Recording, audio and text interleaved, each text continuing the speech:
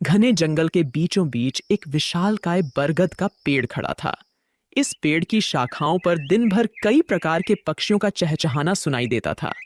जंगल के तमाम पक्षी इस बरगद पर विश्राम करने आते थे और कुछ ने तो इसे अपना स्थायी निवास बना लिया था। बरगद की छांव में रहते हुए वे अपार सुख का अनुभव करते थे। जब हम किसी जगह या व्यक्ति के साथ लंबे समय तक रहते हैं तो हमें उनसे लगाव हो जाता है। यही हाल इन पक्षियों का था जिन्हें बरगद से गहरा प्रेम हो गया। जंगल में भयंकर सूखा पड़ गया। कई वर्षों से बारिश नहीं हुई थी और पेड़ पौधे सूखने लगे। बरगद भी पानी के अभाव में सूखने लगा और पक्षियों ने धीरे धीरे उसे छोड़ना शुरू कर दिया।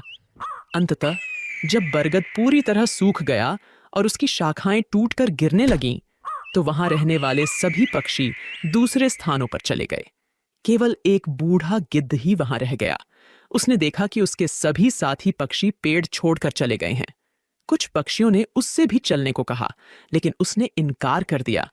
बूढ़े गिद्ध ने सोचा, मेरा जन्म इसी पेड़ पर हुआ है, मैं इसी पर बड़ा हुआ हूं। इस पेड़ ने मुझे जीवन के सारे सुख दिए हैं। आज जब यह पेड़ संकट में है तो मैं इसे छोड़कर कैसे जा सकता हूं। यह पेड़ मेरे लिए माता पिता जैसा है। मैं इस पेड़ को छोड़कर नहीं जाऊंगा, चाहे कुछ भी हो जाए। जो लोग अपने माता पिता को बुढ़ापे में छोड़ देते हैं वे बड़े स्वार्थी होते हैं। गिद्ध ने निश्चय किया कि वह मरते दम तक इस पेड़ का साथ नहीं छोड़ेगा। समय बीतता गया और पेड़ दीमक से ग्रसित होकर और भी कमजोर हो गया, लेकिन गिद्ध फिर भी उसे नहीं छोड़ा। वह दिन में अपना भोजन ढूंढने के बाद शाम को उसी सूखे हुए पेड़ पर लौट आता था। कई दिन इसी तरह बीत गए। जो पक्षी पेड़ को छोड़कर चले गए थे, उन्होंने सोचा, गिद्ध काका अभी भी उस सूखे ये सब पेड़ उसे पर समझाने के लिए वापस आए और उससे बोले, गिद्ध काका, यह पेड़ अब मर चुका है। इसे छोड़कर किसी सुरक्षित जगह पर चलिए। यह पेड़ कभी भी गिर सकता है और आपकी जान भी जा सकती है। लेकिन गिद्ध ने कहा, भाइयों, यह पेड़ मेरे माता पिता के समान है। मैं इसी पर बड़ा हुआ हूं और इस पेड़ ने मुझे जीवन के सारे सुख दिए हैं। मैं इसे इस कठिन समय में नहीं छोड़ सकता। यह मेरी सबसे बड़ी खुदगर्जी होगी। गिद्ध की बातें सुनकर पक्षी निराश हो गए और लौट गए। वे इंद्र के पास गए और सारी बात बताई। इंद्र ने पक्षियों की बात सुनकर गिद्ध को समझाने का निर्णय लिया। इंद्र ने गिद्ध से कहा, हे गिद्धराज, यह पेड़ अब बहुत कमजोर हो चुका है। इसकी शाखाएं गिर चुकी हैं और इस पर एक भी हरा पत्ता नहीं बचा है। अगर यह पेड़ गिर गया तो आपकी जान भी जा सकती है।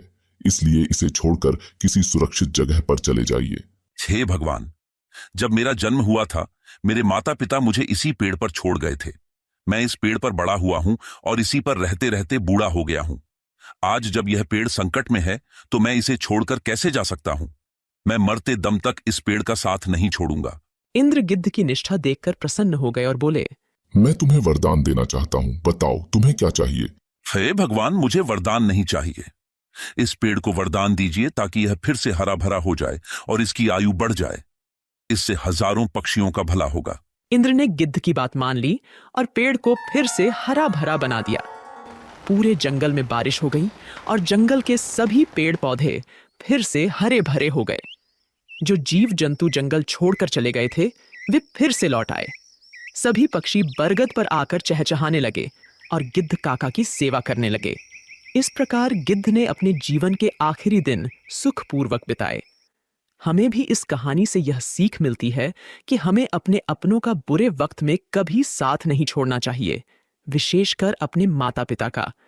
वे हमारे जीवन दाता हैं और हमें पालने पोसने में उन्होंने जो कठिनाइयां सही हैं, उनका बुढ़ापे में सहारा बनना हमारा कर्तव्य है। बहुत समय पहले की बात है। समुद्र के किनारे एक छोटी सी गौरैया अपने घोंसले में रहती थी। एक दिन उसने 2 अंडे दिए। सुबह होते ही उसने सोचा, मैं जल्दी से दाना चुगने जाती हूँ, तब तक मेरे अंडे यहाँ सुरक्षित रहेंगे। किसी को नहीं पता कि मैंने 2 अंडे दिए हैं। गौरैया दाना चुगने चली गई। उसे दाना चुगने में शाम हो गई, लेकिन जब वह वापस आई तो उसने देखा, अरे, मेरे अंडे कहाँ गए? यहाँ तो कोई भी नहीं है। उसने देखा कि समुद्र हंस रहा है। गौरैया ने पूछा, समुद्र, क्या तुमने मेरे अंडे लिए हैं? तुम हंस क्यों रहे हो? मुझे सच सच बता दो, मेरे अंडे कहाँ हैं? तुमने ही मेरे अंडे चुराए हैं। मेरे अंडे वापस करो। समुद्र ने जवाब दिया, नहीं, मैंने तुम्हारे अंडे नहीं लिए। मैं क्यों तुम्हारे अंडे लूंगा? मुझे तुम्हारे अंडे चुरा कर क्या मिलेगा? मुझे नहीं पता तुम्हारे अंडे कहाँ हैं। मुझे परेशान मत करो, खुद ही ढूंढ लो अपने अंडे। समुद्र की बात सुनकर गौरैया को गुस्सा आ गया। उसने कहा, अगर तुमने मेरे अंडे वापस नहीं किए तो मैं तुम्हें पूरा सुखा दूंगी। एक माँ की ताकत को तुम नहीं जानते। माँ अपने बच्चों पर कोई आंच नहीं आने देती। समुद्र हंसते हुए बोला। तू मुझे सुखाएगी? तू गौरैया, चल ये कोशिश करके देख ले। गौरैया गुस्से में अपनी छोटी सी चोंच में समुद्र का पानी भरती और किनारे पर उड़ेल देती। पास से गुजरते हुए एक चिढ़ा ने पूछा, अरे गौरैया बहन, आज तुम दाना चुगने नहीं आई? और तुम यह क्या कर रही हो? गौरैया ने जवाब दिया, मैं समुद्र का पानी सुखाकर अपने अंडे वापस लूंगी। तुम जाओ, मुझे अपना काम करने दो। चिढ़ा ने कहा, पर गौरैया बहन, यह कार्य असंभव है। इस तरह तुम समुद्र का पानी नहीं सुखा पाओगी। गौरैया दृढ़ निश्चय के साथ अपने कार्य में लगी रही। जब वह थक जाती तो थोड़ी देर रुककर फिर से काम में जुट जाती। इस कार्य में गौरैया को कई दिन हो चुके थे। भूखी प्यासी गौरैया की तबीयत खराब होने लगी। यह देखकर सभी पक्षी चिंतित हो गए। यह गौरैया अगर इसी तरह भूखी प्यासी इस कार्य में लगी रही तो अनर्थ हो जाएगा। हमें गरुण देव के पास चलकर सहायता मांगनी चाहिए। सभी पक्षी मिलकर गरुण देव के पास गए। गरुण देव ने पूछा, क्या बात है, सब ठीक तो है? आज सभी पक्षी एक साथ मेरे पास आए हैं। पक्षियों ने बताया, गरुण देव, एक छोटी गौरैया अपनी जिद पर अड़ी है और इतने विशाल समुद्र का पानी सुखाने का प्रयास कर रही है। इसी वजह से उसका स्वास्थ्य भी गिर रहा है। कृपया उसकी मदद कीजिए। गरुण देव समुद्र तट पर गौरैया के पास गए और बोले, गौरैया, मेरी चोंच थोड़ी बड़ी है। क्या इस कार्य में मैं तुम्हारी कुछ सहायता करूं? नहीं गरुण देव, आप मेरी वजह से परेशान मत होइए। ये मेरी लड़ाई है, मैं इसे खुद लड़ूंगी। मुझे कोई मदद नहीं चाहिए। गरुण देव ने सोचा, बच्चों की वजह से यह चिड़िया किसी की नहीं सुनेगी। इसके लिए अंडों को ढूंढने से ज्यादा महत्वपूर्ण कोई कार्य नहीं है। मुझे भगवान श्री हरि के पास जाना होगा और उनसे विनती करनी होगी। गरुण देव भगवान विष्णु के पास गए और प्रार्थना की, हे नारायण, आपकी जय हो। कृपया हमारी सहायता कीजिए। एक नन्ही गौरैया समुद्र का पानी सुखाने की ठान बैठी है, जो कि संभव नहीं है। उसका स्वास्थ्य भी गिर रहा है। पक्षीराज गरुण, मैं इस गौरैया के दृढ़ निश्चय से बहुत प्रसन्न हूँ।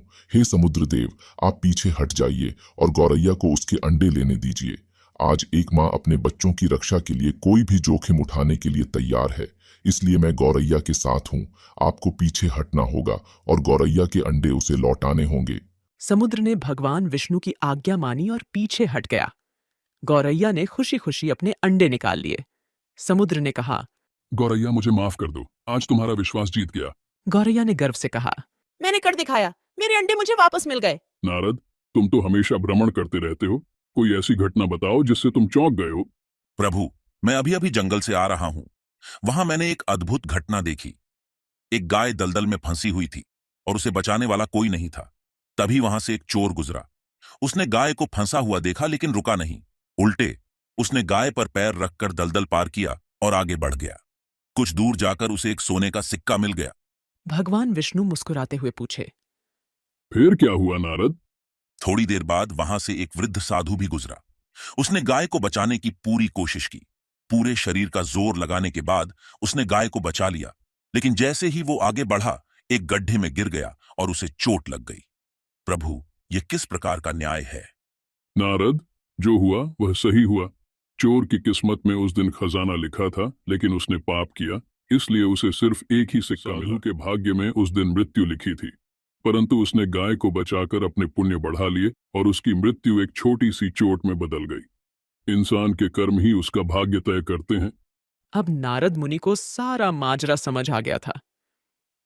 प्रभु, अब मुझे समझ में आया। हमें हमेशा अपने जीवन में अच्छे कर्म करते रहना चाहिए। उसका फल हमें किसी न किसी रूप में अवश्य मिलता है। बिल्कुल नारद, यही जीवन का सच्चा मार्ग है।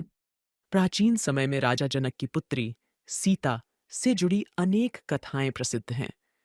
एक ऐसी ही कथा है ने माता सीता को श्री राम से वियोग का श्राप दिया, जिसके कारण गर्भावस्था के दौरान माता सीता को श्री राम से दूर रहना पड़ा। एक दिन की बात है, जब छोटी सीता अपनी सहेलियों के साथ बगीचे में खेल रही थीं। बगीचे के एक पेड़ पर तोते का एक जोड़ा बैठा था और वे आपस में बातें कर रहे थे। इस युग में राम नामक एक प्रतापी राजा होंगे और उनकी अद्वितीय पत्नी सीता होंगी। श्री राम सभी राजाओं को अपने अधीन कर लेंगे और देवी सीता के साथ 11,000 वर्षों तक राज करेंगे। धन्य है श्री राम और धन्य है सीता। ये सुनकर सीता का ध्यान उस ओर गया। अपने विवाह की बात सुनकर वह उत्सुक हो गईं और उस तोते से पूरी कथा सुनने की इच्छा की। उन्होंने अपनी सहेलियों से तोते को पकड़कर लाने को कहा। सहेलियों ने तोते को पकड़कर सीता के पास लाया। सीता ने प्यार से पूछा, तुम कौन हो और कहाँ से आए हो? तुम जिस राम और सीता की बात कर रहे थे, उसकी जानकारी कैसे मिली? हम वाल्मीकि ऋषि के आश्रम के पेड़ पर रहते हैं। उन्होंने रामायण नामक एक सुंदर काव्य लिखा है और उसे अपने शिष्यों को पढ़ाते हैं। हम भी उसे सुनते हैं और इसी कारण हमें यह कथा याद हो गई है। अच्छा, तो तुम श्री राम और माता सीता के बारे में बहुत कुछ जानते होगे। हाँ, थोड़ा बहुत। मुझे और बताओ। श्री राम महर्षि विश्वामित्र के साथ अपने 3 भाइयों भरत, लक्ष्मण और शत्रुघ्न के साथ मिथिला आएंगे और भगवान शिव के धनुष को तोड़कर देवी सीता से विवाह करेंगे। श्री राम के तीनों भाइयों का विवाह भी मिथिला में होगा। तोते की बातें सीता को बहुत प्रिय लगीं। तुम्हारी बातें मुझे बहुत अच्छी लग रही हैं। श्री राम के गुणों के बारे में कुछ और बताओ। सीता की उत्सुकता देखकर मादा तोता समझ गई कि यह जनक नंदिनी सीता ही हैं। फिर भी उसने बिना इसका एहसास दिलाए कहा, श्री राम के रूप और गुणों का वर्णन जितना किया जाए कम है। वे हर प्रकार के ऐश्वर्य से युक्त हैं। जनक नंदिनी सीता धन्य है, जो श्री राम के साथ हजारों वर्षों तक रहेंगी। परंतु तुम कौन हो जो यह सब सुन रही हो? जिसे तुम जनक नंदिनी सीता कहती हो, वह मैं ही हूं। श्री राम ने मेरे मन को मोह लिया है। जब वे मिथिला आकर मुझसे विवाह करेंगे, तभी मैं तुम्हें छोड़ूंगी। तुम मेरे महल में सुखपूर्वक जीवन बिताओ। हम वन में रहने वाले पक्षी हैं और स्वच्छंद विचरण पसंद करते हैं। महल में हमें सुख नहीं मिलेगा। मैं गर्भवती हूँ और अपने बच्चे को जन्म देने के बाद वापस आ जाऊंगी। पेड़ पर बैठे उसके पति तोते ने भी सीता से विनती की। हे जनक नंदिनी, उसे छोड़ दो। वह गर्भवती है और महल में नहीं रह सकती। दोनों तोते सीता से उन्हें छोड़ने की मिन्नतें करते रहे, परंतु सीता अपनी जिद पर अड़ी रहीं। तोते की पत्नी का वियोग असहनीय हो रहा था और वह क्रोधित हो गई। उसने श्राप देते हुए कहा, गर्भावस्था में मुझे तुम अपने पति से अलग कर रही हो, इसलिए मैं तुम्हें श्राप देती हूँ कि गर्भावस्था में तुम्हें भी अपने पति से अलग होना पड़ेगा। इतना कहकर मादा तोता राम राम कहकर मर गई। थोड़ी देर बाद नर तोता भी पत्नी के वियोग में मर गया। कहा जाता है कि यही तोता अगले जन्म में धोबी बना और उसके लांछन के कारण ही माता सीता को श्री राम से दूर होना पड़ा था।